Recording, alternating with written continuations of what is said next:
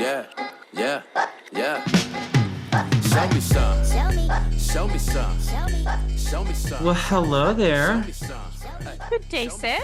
I actually got to see Miranda's eyeglass change today.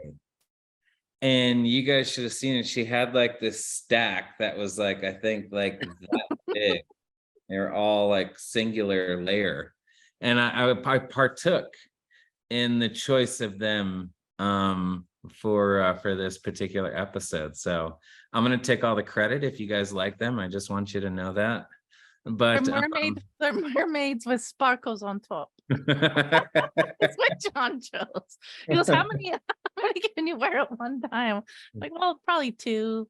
she started popping them on though. I don't know if I'm sold on two. I at least saw 3 or 4.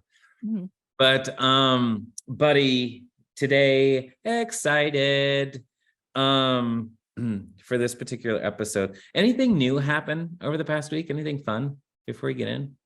So we had so many people that loved like the singing of the one that we did last time that I actually got requested back to rap, because the title of this one's RAP. RAP, right? So like if you want me to rap, I can do that. I think we can save that for another episode. You know, like how when you go into a bar and it says there's free beer tomorrow. maybe we'll do like okay. Maybe we'll do free singing tomorrow. How about that? Woo! Yep. So really what's happened is I've chatted with some agents recently that have had people tell them, believe it or not, that they wanted to think about it or they weren't ready to like do an application same day. And I was like, whoa, that never happens. I'm just joking. I've been killed by that more times than I like to admit, like trying new lead sources out, John. And then when I started in insurance, like I had like months of people telling me that. Yeah. No one's ever told you that, right? Never. I was the king. I mean, who would tell me that?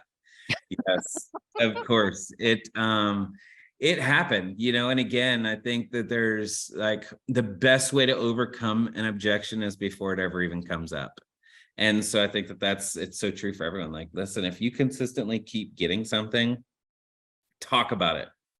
Talk about it before it ever comes up. That's like rule 1, or whatever you call it, sales 101, is talk about it before it ever even comes up. And something tells me, Miranda Martin, that that's probably what we're going to do today. So this is the reason why my sales presentation is longer than John's, because he comes to the table with more sales experience than I did. So every time I had something come up a whole bunch, I would just put it in my presentation so that I was hitting people. And then it ended up being quite a long presentation, but it worked. And then at one point I was closing around 90% of the people that I'd get in front of. So it worked. I took the long route. He took like the detour, right? Which is as long as it works, right? Okay. But this one thing is really transferable. And I think it's one thing that's easy to screw up and to suck at. And then what happens is we don't end up helping families, right? If we don't help them on that first time we meet with them, chances are we're probably not going to help them at all. So I titled this one RAP, for role and purpose. Imagine going on a bus, right? Like, and you're sitting on this bus, but everyone's got a blindfold on, right? And you're like, I don't know where I'm going. And like, how freaked out would you be, right, about your bus ride? We do not want to do that with our people. We do not want to put them blindfolded on a bus and not tell them where they're going. So one of the things that's so important is at the start, letting them know that we are going to verify health information, right? We're going to look at their budget, like how they're set up, and then we are going to do an application today. Okay, we're going to do an application today. It's super easy. The carrier can say yes, no, up the price, down the price, whatever but we're going to work as hard as we can to get the policy issued as applied for. today. So did you hear that? Today, right? Today, application today. And then John, does that sound good? Yeah. And getting them to say yes is so important. And what I found is when I do a good role and purpose, right? You know, we're going to evaluate your situation. We're going to find a plan that you like, that's affordable, that I think you have a good shot at. We're going to do an application today. Sound good? What did they just agree to? Doing an application today. Today. So if Yeah. you forgot to say that, and you forgot to tell them that they're doing an application today, what do you think could quite obviously happen at the end there? They didn't know about it. So what are they going to say? They're going to be like, well, can you just email me that whatever, or I'm going to think about it, because you never told them. You got to tell them about the application at the start of the call or sales presentation. It's that easy. It takes 2 seconds. The role and purpose. You know, it's so funny. I was actually talking, I don't know, it was a call today. And whenever I interview like amazing salespeople, or whenever I'm kind of talking to them, I always just ask like what is that one thing that your presentation cannot do without? And we just found out that we're going to be interviewing someone really special. Actually, a couple of people. We're going to be finally bringing on some guests here. And you're going to hear this question come out almost identical to this, but here's the thing, like, what do you think that like is the one thing, hands down, no questions asked, in your presentation that like it cannot survive without it? And mine would be is like emotion, right? And so it's like digging into their why. I think that hands down, no questions asked, that if I skip that part of it, I'm not going to help out the 90+% of families that I was able to help out and that I can help out. It won't happen without that, because there's 2 types of buyers. There's a logical buyer, there's an emotional buyer. I don't need to go on and on about that. And I was talking to a high-powered producer, and he said, just today, Miranda, he said, no questions asked, my role and purpose. He said, my role and purpose is one of the most important things that I do, because what it does is, number one, it gives them a roadmap for the presentation. Is I'm telling them exactly what I'm doing before I do it. I'm kind of laying the foundation for the presentation.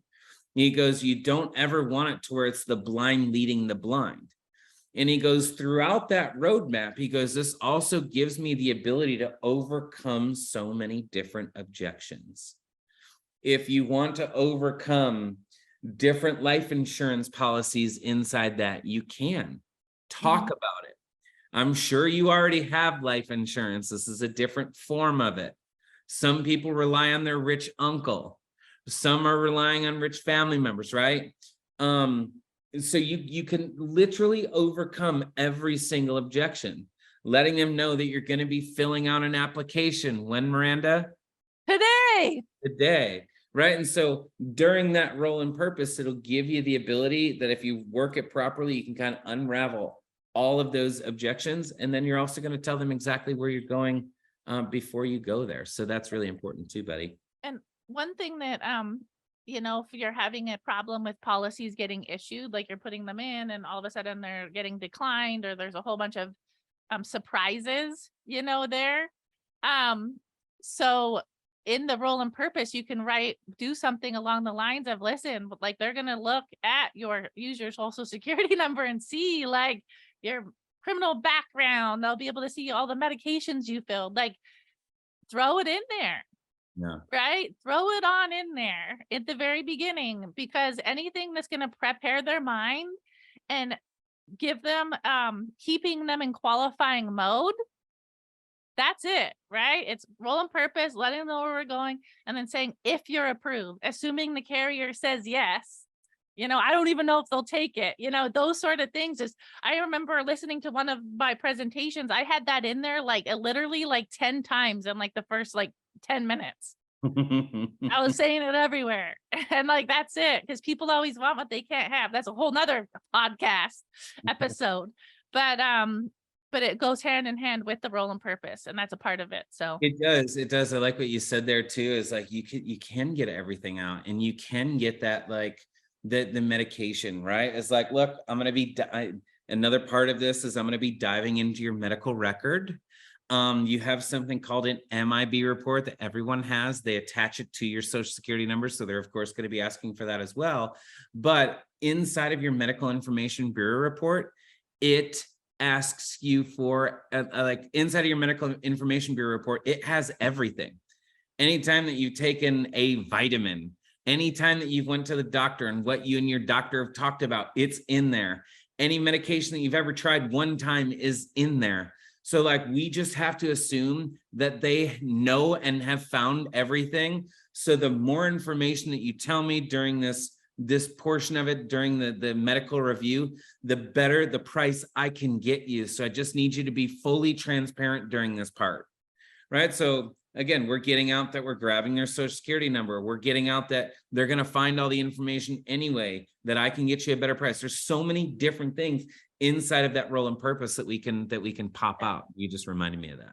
yeah. And one of the things too that I like want to make sure that it's crystal freaking clear. Okay. Clear as day, right? Like what we're doing. So I like numbering them off. Like there is 4 things we are doing today, John. Number 1, we're reviewing your health background.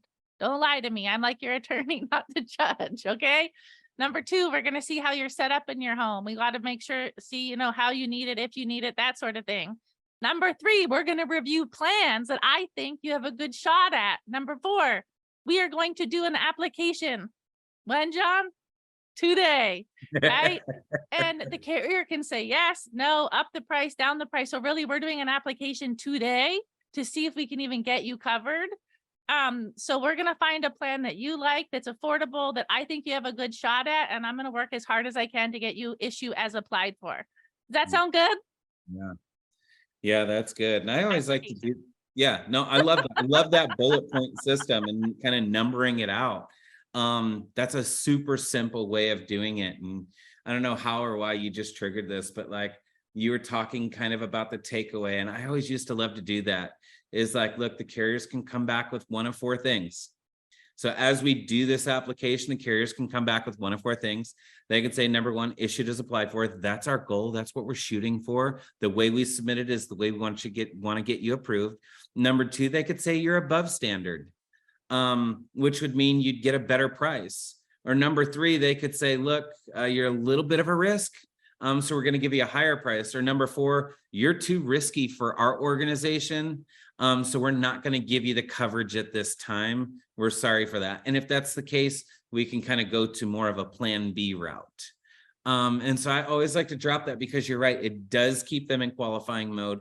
It does take it away instantaneously. And we have to make sure that we kind of stay in that position of power, if that makes sense, buddy. Yeah. And I used to do that before I showed plans, but now it's like I do it right up front. Let them know all about that right there. Do it both times. Do it both times. Like, hey, do you remember when I told you in the very beginning the 4 things that could happen? Well, I'm going to reiterate them one more time. Carriers can come back, issued as applied for. They can come back below standard. They can come back above standard, or they can come back and say, hey, you're too much of a risk for us. Sorry, we're not going to give you the coverage.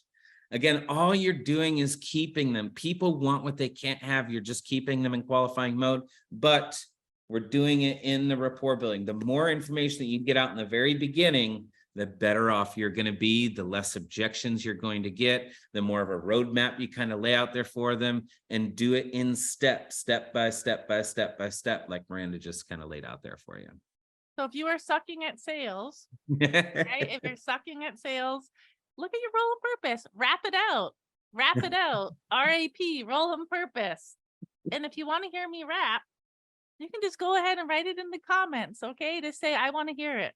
Right. And then here's what we'll do. If you want to hear her rap, put a 1. And then if you want free raps tomorrow, put in 2. Put in the 2. Remember, it's like when you go to a bar and they say free beer tomorrow, you put in the 2 for free reps tomorrow. Outside of that, click like, click subscribe, click love, click, I don't know where the hell we keep pointing, because a lot of people are listening to this on Spotify and they don't see us, but Even better. you guys know what to do. Thanks for the support. We appreciate you guys. Love y'all. See you next time. Bye, y'all. Yeah, yeah, yeah. Show me some. Show me some. Show me some.